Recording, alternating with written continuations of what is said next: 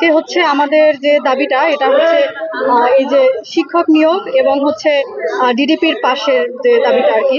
তো এখানে হচ্ছে গবেষণার ক্ষেত্রে দেখা যায় যে আমরা সুযোগটা পাই না যেটা অন্যান্য ইউনিভার্সিটি পায়। যেমন আমরা দেখতে পাচ্ছি যে বর্তমানে তৎকালীন শেখ হাসিনা বিশ্ববিদ্যালয়, যেটা বর্তমান নেত্রকোনা বিশ্ববিদ্যালয় নামে পরিচিত, ওইখানে আর কি যে মানে ওনারা ওই ক্যাম্পাসটা অনেক পরে হওয়ার পরেও দেখা যাচ্ছে যে আমাদের থেকে অনেক ডেভেলপ।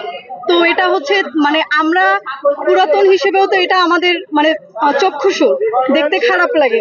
তো আমরা চাচ্ছি মূলত আমাদের যথাসম্ভব যাতে যত দ্রুত সম্ভব শিক্ষক নিয়োগ, মানসম্মত শিক্ষক নিয়োগটা যাতে হয় এবং হচ্ছে ক্যাম্পাসের যে হচ্ছে ইনফ্রাস্ট্রাকচারটা এটা যাতে আরো ডেভেলপ হয়, আমরা যাতে একটা মানসম্মত পরিবেশে মানসম্মত শিক্ষাটা পেতে পারি, এটাই হচ্ছে আমাদের আজকের মূলত দাবি। এবং আমি চাচ্ছি দেখেন এই গরমের মধ্যে আমাদের টিনের চালের ক্যাম্পাসে ক্লাস করতে হয়, যেটা অত্যন্ত দুঃখজনক। আমার বাসা হচ্ছে সুদূর বরিশালে। এখন আমার বাবা মা অবশ্যই আমাকে একটা এখানে আশা বা হচ্ছে একটা ভরসা নিয়ে পাঠাইছে। আজকে যখন আমার বাবা মা আমার ক্যাম্পাসে আসতে চায়, আমি তাদেরকে বলতে পারি না যে আমার ক্যাম্পাসটা এরকম, কারণ আমার সেখানে একটা সংকোচ কাজ করে। আমি তাদেরকে কি দেখাবো এখানে?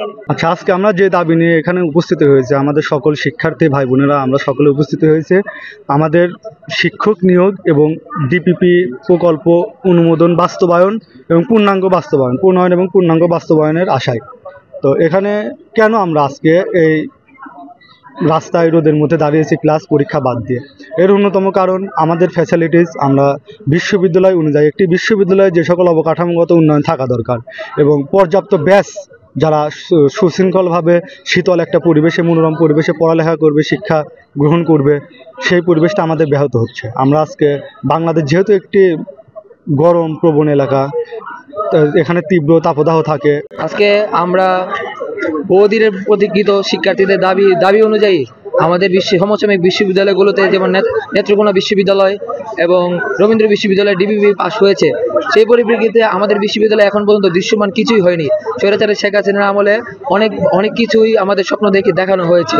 মির্জা আজম থেকে শুরু করে কুখ্যাত মানুষরা আমাদের সাধারণ শিক্ষার্থীদের স্বপ্ন দেখিয়েছে, কিন্তু তার কোনো বাস্তবায়ন দেখতে পাইনি। কিন্তু এরপর 5ই আগস্টের পরে সিস্টেমের পরিবর্তন হলেও, সরকার পরিবর্তন হলেও কিন্তু আমরা ক্যাম্পাসের কোনো অবকাঠামোগত পরিবর্তন দেখতে পারিনি। বিসিজার এবং প্রো বিসিজার ক্যাম্পাসে নতুন নিয়োগ এসেছে, কিন্তু জিপিপি নিয়ে কত দূর আগালো, কত দূর দৃশ্যমান হলো, সেই কোনো দৃশ্যমান প্রেক্ষাপট আমরা এখনো ক্যাম্পাসে দেখতে পারিনি। মূলত আমাদের দুটো জিনিসের উপরে। প্রথম বিষয় হলো আমাদের বিশ্ববিদ্যালয় 2017 সালে প্রতিষ্ঠিত হয়, কিন্তু সেই একই সময়ে সমসাময়িক যে সকল বিশ্ববিদ্যালয় প্রতিষ্ঠিত হয় সেই সকল বিশ্ববিদ্যালয়ের অবকাঠামোগত বিভিন্ন দৃশ্যমান হলেও আমাদের বিশ্ববিদ্যালয়ে আজ পর্যন্ত কোনো রকম অবকাঠামোগত উন্নয়ন আমাদের দৃশ্যমান হয়নি।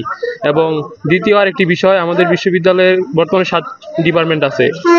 এর মধ্যে ত্রিপুল ডিপার্টমেন্টে বর্তমানে শিক্ষক সংকট সব থেকে বেশি। তো উপযুক্ত শিক্ষক যদি নিয়োগ না হয় এবং প্রভাষক দিয়ে শুধুমাত্র ডিপার্টমেন্টগুলো চলছে, যা আমাদের শিক্ষাক্ষেত্রে যথেষ্ট বিঘ্ন সৃষ্টি করছে এবং নতুন ব্যাচগুলো শিক্ষাক্ষেত্রে যথেষ্ট বিঘ্নতা পাচ্ছে। তো আমরা চাই অতি বিলম্বে এর জন্য একটি সমাধান। এবং আমাদের এই দাবি আমাদের পড়াশোনার বিরুদ্ধে নয়, আমাদের এই দাবি মূলত সরকারের কাছে যেন আমাদের মাননীয় উপদেষ্টা অতি দ্রুত সময়ে এই আমাদের দাবি মেনে নেয়।